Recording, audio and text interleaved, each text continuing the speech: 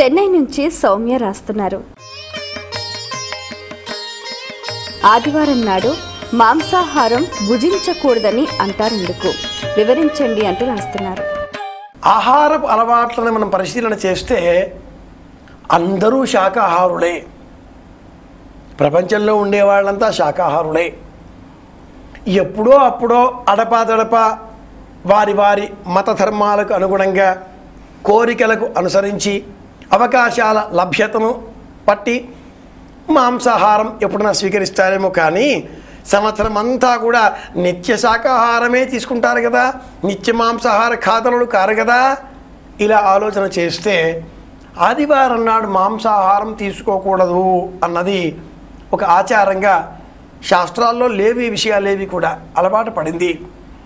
కొంతమంది శనివారం స్వీకరించరు, మరికొంతమంది వారి వారి ఇష్టదైవాలకు ప్రీతికరం అనుకొని సోమవారం నాడు, కొంతమంది గురువారం నాడు, అనేకులు సాయిబాబా భక్తులంతా కూడా గురువారం స్వీకరించరు. శ్రీ వెంకటేశ్వర మార్గావలంబులంతా శనివారం నాడు స్వీకరించరు. సర్వే సర్వత్రా ఆదివారం కూడానా అన్నట్లుగా కొంతమంది అనుకుంటూ ఉంటారు.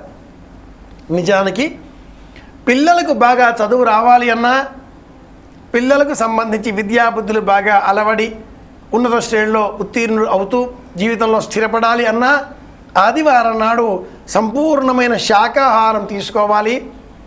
బియ్యం అంటే అన్నం తినకుండా ఆదివారం నాడు చపాతీలు, పూరీలు ఇలాంటి పదార్థాలు తీసుకోవాలి. ఆదివారానికి సంబంధించి సూర్యనారాయణమూర్తి ఆధిపత్యం కలిగి ఉంటాడు. నవవ్యాకరణ పండితుడైన ఆంజనేయ స్వామి వారికి అఖండమైన వ్యాకరణాన్ని, తర్కశాస్త్రాన్ని, అభ్యసన విద్యను, సునిశ్చితంగా మాట్లాడేటటువంటి శక్తిని సంపూర్ణంగా గురువుగా బోధించాడు. సూర్యనారాయణమూర్తి కంటే ఉత్తముడైన గురువు మరి ఒకరు లేరు అని తెలిసినటువంటి ఆంజనేయుడు పడమటి కొండపై ఒక కాలు, తూర్పు కొండకై ఒక కాలు పెట్టి సూర్యనారాయణమూర్తితో సమానంగా తాను కూడా సంచారం చేస్తూ అంతేవాసిగా ఛాత్రుడిగా విద్యను అభ్యసించాడు అంటుంది పురాణ ప్రపంచం.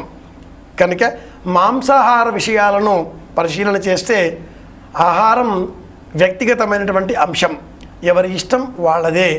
అయితే ఏది మనం తింటున్నామో యదన్నావై మానవః తదన్నావై దేవాః. కన్నప్ప మాంసాన్ని శివుడికి నివేదనగా సమర్పిస్తాడు. శివుడి కంట కన్నీరు కారితే మళ్ళీ కన్ను అమర్చేంత భక్తి తీవ్రత కలవాడు. మనం మన చేతనైనంత కొబ్బరి వక్కలో మరింకేవో అన్నట్లుగా ఉంటాం. మన భక్తి తీవ్రత అంతది కాదేమో. అలాగుననే ఏది మనం తింటామో అదే పరమాత్ముడికి నివేదనగా సమర్పించాలి. ఏ తర్వాత ఆదివారం విషయానికి వస్తే అది వ్యక్తిగతమైన అంశం. శాస్త్ర పద్ధతిలో మట్టుకు ఏ వారము తినకూడదు అని కానీ, ఏ వారం తినాలి అని కానీ ఖచ్చితంగా చెప్పబడలేదు. ఏది మనం తింటామో అది దైవాన్ని సమర్పించాలి, దైవాన్ని సమర్పించిందే తినాలి. ఇలా గుర్తుపెట్టుకుందాం. వ్యక్తిగతమైన నియమాలకు అనుగుణంగా కొందరు గురువారం, కొందరు శనివారం, కొందరు శుక్రవారం, కొందరు సోమవారం, మరికొంతమంది మంగళవారం ఆంజనేయ స్వామి వారి ప్రీతికరంగా ఇలా మానేస్తూ ఉంటారు. అది వాళ్ళ వ్యక్తిగతమైన ఇష్టం.